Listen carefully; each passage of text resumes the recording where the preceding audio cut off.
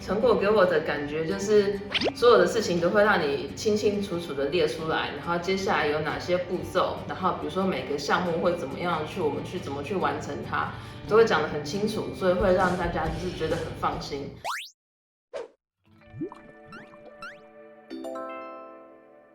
各位果粉，大家好，我是成果创业的 Steve， 今天为各位来开箱我们的优活现代宅，让大家来看看我们如何在大坪数里面创造居家休闲的生活感。进门的时候呢，我们这里其实会有一个电箱，好，那我们用收纳柜的方式来处理这个电箱，让我们的电箱的呈现不会那么突兀。另外呢，我们在电箱这一块，因为有尺寸上的限制，所以我们特别在这个结构上面也做了层板上面，我们做了一些铝条，去增加这个结构的强度。另外，我们在进门的时候呢，我们设计一些比较浅的抽屉，我们可以放置一些我们随手的钥匙，或者是有一些随身的配件。那再搭配一些比较大的这样的一个抽屉，它可以再放稍微高一点的这样的一个物品。那其他的地方呢，我们一样是把我们的鞋柜的需求，把它做的比较足够一些啊。我们用坎路式的把手的设计，让它同时也是在玄关上面，它会呈现出一种线条。那整体的玄关的营造，我们在颜色上面以白色做基底。那同时我们搭配原木的颜色，让整个空间进来的时候，它会更增加它的温润的感觉。挑选的地砖在色调上面，我们也朝这个灰阶色调，以波兰底色系去做选择。所以进门的时候呢，我希望你营造出一种比较休闲、比较轻松的感觉。那在往前踏一步的时候呢，我们可以看到我们采用大理石纹的这样的一个美耐板，让整个空间有一个过道的转换。我们在进来到我们的大空间的时候，我们心理上已经会有接触到一些电视墙或者是公共空间，希望呈现出来的质感。我们在设置收纳上面，我们用这个机灵空间，我们做了一个衣帽柜，同时呢，我们用木饰条去做整体的线条的整合，让整个面看起来就像一个墙面。那也不会因为我们视觉上面，我会看得出它是一个柜体，让整个空间增加它的压迫感。那其实我们看到很像是墙面，其实我们做的其实是一个收纳的一个设计。关于居家用的一些比较多的一些备品，我们可以利用这样的比较大的一个收纳的空间，让整个空间里面呢会比较有充足的收纳，让整个空间不要看起来很多柜体。如果有一些比较大样的这个柜体，我们尽量让它整个像墙面一样，利用整个格局上的优势，它是属于比较长形的这样的一个开阔空间。那我们在冷气空调的整合上面呢，我们将我们的空调整合到我们的廊道的位置，所以在廊道的位置呢，我们用木皮的材质延伸过来，让我们所有的廊道的天花板可以去修饰掉我们的冷气主机。那冷气主机其实在设计上面，我们要考量到的吊顶式空调很重要的一点是，我们在维修孔会让天花板做了很多线条，那有时候会看起来比较杂乱，所以我们用木皮的这个分割的线条去同时把空调维修孔的一些线条让它变得比较合理，让它变得是一个造型之一。接着我们看看我们的电视墙，在电视墙的选择上面，我们考量到预算的分配，所以我们没有特别用真的大理石去呈现这个电视墙。那我们在预算分配上面，我们一样延续玄关用的这个大理石的美耐板，去做整面的这个电视墙的延伸。那在设计上面，我们希望带入一点设计感，有别于以往我们常常看到的一整面平整的电视墙。我们特别在这边做了一些曲面的设计，那这也是因为我们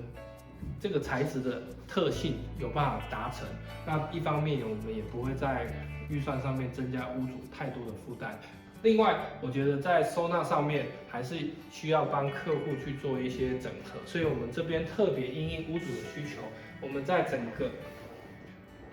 电视柜的下方，我们做了大量的一个抽屉。那这个所有的这个尺寸呢，都是依照客户提供他的需求，所以每一个抽屉收起来的时候，不管是它的深度，还是宽度，还是高度，在这个游戏片跟 DVD 的收纳上面是完全符合的，不会有太多浪费的空间。在电器柜的设计，因为在咨询的时候，我们得知这个屋主可能影音学需求会比较高，同时游戏机也会有很多的一个游戏机需要做使用，包括卡拉 OK。那我们在设计上线路的整合，全部把它整合在我们这个垫出来的墙后，我们把管道间的设计设定需要足够的尺寸。那所有的设备、电视，它是可以连接到我们的电器柜。我们在这个电器柜呢，我们设置的是灰色的玻璃。那同时，在灰色的玻璃的使用，平常里面是暗的情况下，那就不会看得到里面太明显。所以设备的颜色或者是线路的杂乱，其实用灰玻的设定是可以处理的。另外一方面，我们灰色玻璃其实在遥控器的使用上面是不会有受到影响的。当我们的所有的量体做一个比例上的整合的时候，整个空间它会看起来更舒服啊。这也是在咨询上面我们成果创意希望帮客人解决的一个问题。接着呢，其实在天花板的设计，因为它会有一些梁的这个比较明显的地方，所以我们在梁的设计，我们一样用弧形的曲面去修饰我们这个垂直面。这个垂直角修饰完之后，也是希望避免我们空间的压迫这一点。第二点呢，也是希望这个弧形的这个线，这个流线，让整个空间可以更柔软、更舒服一点。那这样的弧线呢，其实从电视墙就看得到。再来天花板，再来我们会带到我们的这个中间沙发上方。有时候很多建案沙发上面其实都会有一些比较明显的梁。那这样的梁，其实有时候我们在设计上面会造成一些比较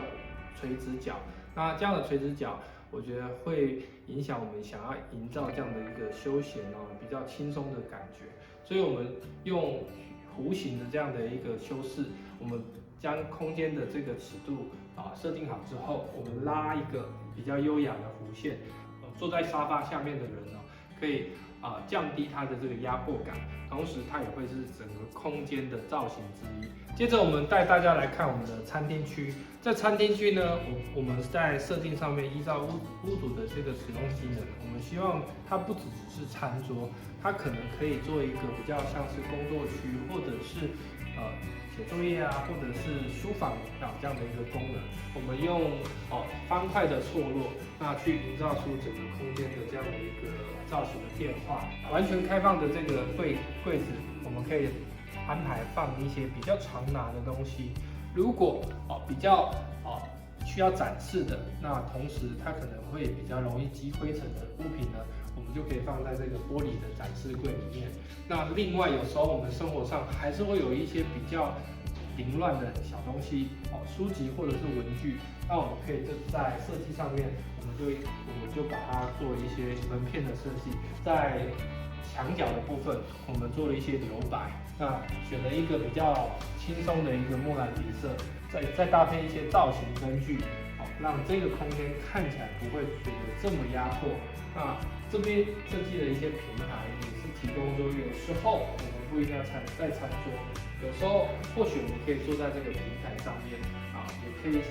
跟餐桌的人互动。同时我们在角落的设计上面，我们做了一些斜角的这个造型，让整个空间这个转角也不会这么危险那也不会这么突兀。我们的厨房空间呢，我想要保留这个原本这样的一个大中打的这个开阔性。有时候在互动上面，我们比较需要有穿透的这样的一个空间，但是考量到油烟的问题的时候，我们设计了这样的拉门。如果有油烟的问题，我们就把拉门关上。如果我们需要保持敞开的时候呢，我们是可以让这个空间的过道是看起来比较开阔所有的门我们都可以把它收起来。那全部开阔的时候呢，整个空间的互动的关联性会更好。这是在开放厨房的设计的时候，我觉得要考量油烟的问题。接下来，让我们带各位来看看女孩房。在进门的时候呢，我们设置比较量体足够的这样的开放柜的设计。考量到学龄间的这样的一个孩子呢，可能在生活上、课业上，他会有一些作品需要展示。第二个呢，可能会有一些才艺的一些包包那进门的时候可以很轻便的就把这个包包放置在这个柜子。色调的部分呢，我们选用纯白色的设计，那原因也是希望我们营造出比较轻松休闲的感觉，让我们的柜体不会再增加空间的压迫感。所以整体的这个收纳量是非常的足够的。那同时也可以再摆放一些她常阅读的书籍在我们的进门这个女孩房的地方。格局上呢，我们做一些整合。在我们的这个厕所门的部分，我们加了一些巧思跳色的这样的一个元素，那同时让它看起来像墙面，其实它是一间厕所。在女孩房的设计呢，我们在墙面我们也选用比较活泼的颜色去做一个空间的一个主题。那同时搭配一个夜灯比较童趣的一个造型壁灯，让整个空间会再增加一些点缀。一方面也考量到在学龄中的这个孩子们呢，可能在夜晚睡觉的时候，有时候会难免会有比较害怕的时候呢，它会有一盏夜灯陪伴他度过夜晚的时间。主卧的设计理念，我们希望可以让大面的无限动距的视野可以享受到，所以我们将大面窗放在我们的书桌的前面。另外，我们在更衣室的部分，我们采用了比较透光的设计，让衣柜的背面也可以引入自然的光线，让我们在更衣室里面也不会觉得太昏暗。以上是总监带你看现代优活的开箱。如果你也喜欢我们的作品，欢迎你订阅、分享、按赞，并且开启小铃铛，我们会有更多新的不同的开箱文章为你分享。